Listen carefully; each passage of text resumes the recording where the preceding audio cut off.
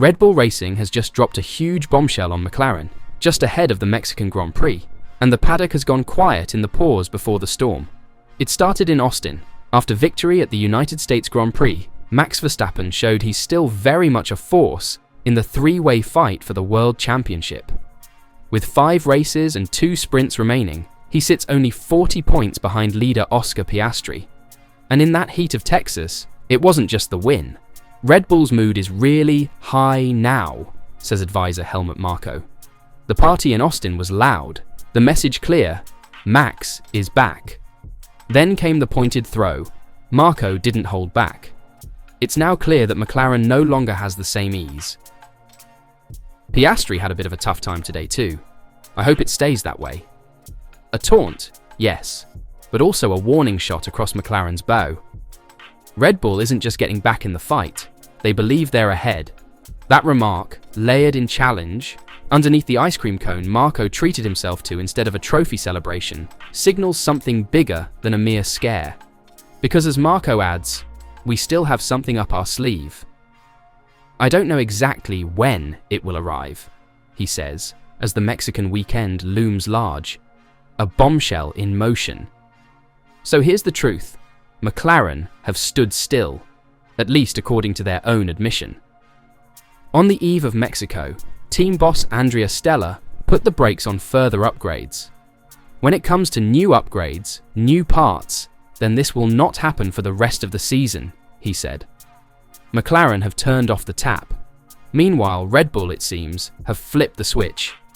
Developments, upgrades, some unseen weapon ready. While McLaren pause, Red Bull keep going. It's a hand-in-glove moment. McLaren accepting the standstill, Red Bull asserting fresh motion. The bombshell. It's in that disparity, Red Bull's resurgence and McLaren's decision to stop pushing. The question becomes, who actually holds the upper hand? And why has Red Bull come alive now? Dive into engineering whispers, and you'll find talk of ride height, of flaws, of understood physics, rather than raw power. Their resurgence has been called spectacular by team principal Laurent Mekies. Since the summer break, Verstappen hasn't finished lower than second. Zandvoort now feels distant. Monza, Baku, Austin, all wins. The RB21 isn't just quicker, it's more consistent, more tuned. Why? One theory trumpets ride height. Stella himself noted, it could be that they have simply understood that this generation of cars and their own car as well needs to be run, challenging some aspects like ride heights. For me, if I needed to, or if I had to speculate, this would be where I would put my dollar. Lower ride height means more suction under the floor, more downforce, more grip. Red Bull's new floor from Monza is part of the story. So is that deeper driver feedback, less reliance on cold data. Mekies cautions against one single reason. It's a combination of many, many factors. Yet Marko nodded at the ride height insight. It's not a wrong one. So while McLaren sit still, Red Bull keep evolving. The bombshell is clear. Red Bull believe they have unlocked something McLaren have either paused or missed entirely. But there's a psychological dimension here. McLaren once held a comfortable lead. Now they face a charged Max charging through the field with terrifying momentum. Piastri and Lando Norris themselves have been warned. Stella. The fact that we still have 5 races plus 2 sprints means we also have a chance to increase our lead over Max. That's how I see it. He added, I also think we could have gotten even more out of our car. I think they themselves know that they could have done a better job in some of the recent races. That's the kind of thinly veiled pressure that sits heavy in a paddock quiet Sunday. McLaren admit the pace was there. Norris looked strong in Austin, but without upgrades, without fresh development, and while Red Bull keep moving, they now stand on the defensive. And now, the bombshell's release is timed. Mexico looms. Rain is expected at the Autódromo Hermanos Rodriguez, and Marko welcomes it. That means absolute Verstappen time. In a wet, chaotic race weekend, Red Bull believe their secret weapon will shine. while McLaren, with no new parts, will have to rely on the tools they already have. So the big story, Red Bull have pulled something ahead of the Mexican GP McLaren? They've hit pause. One team charging, one team furloughed. In a championship fight that only intensifies each weekend, that contrast might just be the difference. The herd of questions now stampedes. Will Red Bull's secret weapon emerge in Mexico? Can McLaren respond without bringing upgrades? Is Max about to turn miracles into momentum? And most of all, did this bombshell just redefine the title fight? Because when tactics, timing, psychology, and engineering converge, this is Formula One at its most brutal. The rain hasn't fallen yet in Mexico City, but the tension already has.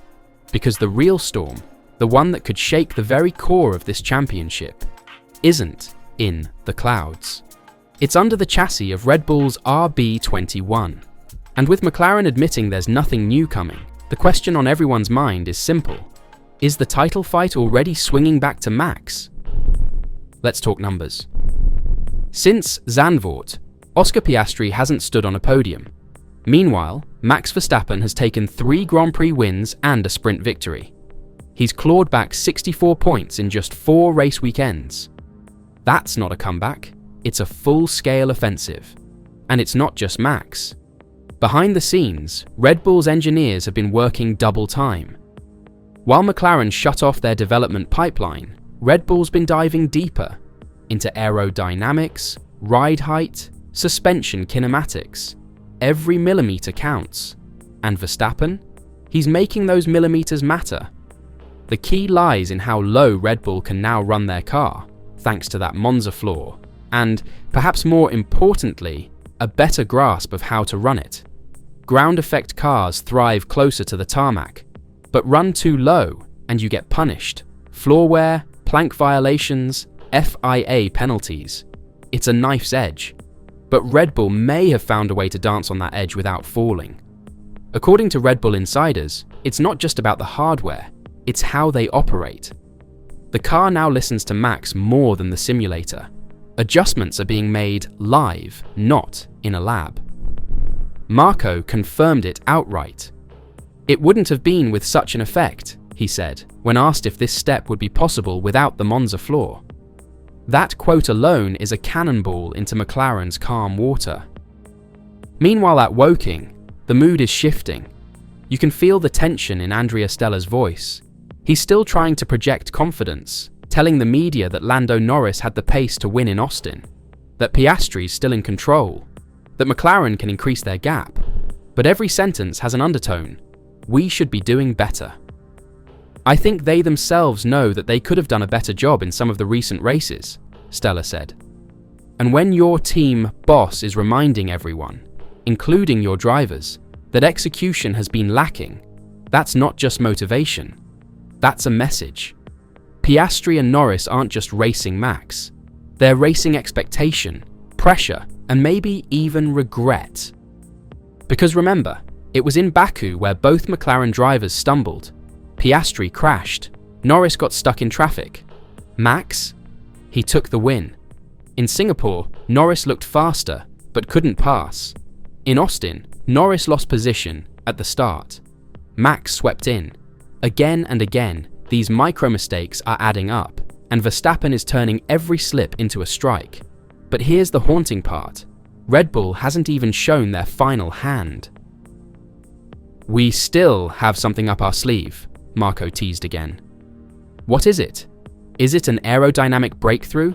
A suspension trick? A chassis tweak? They won't say. And that silence is louder than any headline. All we know is that Yuki Tsunoda is expected to get the new front wing in Mexico.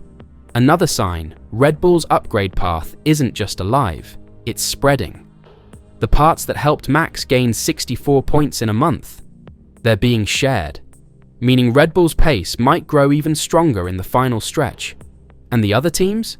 They're watching it happen and standing still. So what does this mean heading into Mexico? It means that if Max wins in Mexico and Piastri or Norris stumble even slightly, the title gap could shrink to single digits. Verstappen might arrive in Brazil within striking distance, And if rain falls in Mexico, as forecasts suggest, the equation shifts further into Red Bull's favor. "This means absolute Verstappen time," Marko grinned. "The pressure's on McLaren to respond, but how? With no upgrades, no secret weapon, and no margin for error, they'll need perfect execution in every remaining session. And even then, perfection might not be enough if Max keeps firing on all cylinders. This isn't just a title fight anymore. It's a psychological siege. Max Verstappen, the four-time champ, is coming not from the front, but from behind, with momentum, with confidence, and now with engineering excellence once again on his side. McLaren, they're being hunted, and it's getting harder to breathe at the top. So here's the question for you. Did Red Bull just break McLaren before the final act even began? Let us know what you think in the comments, because the race to Mexico is on, and the storm isn't coming. It's already here.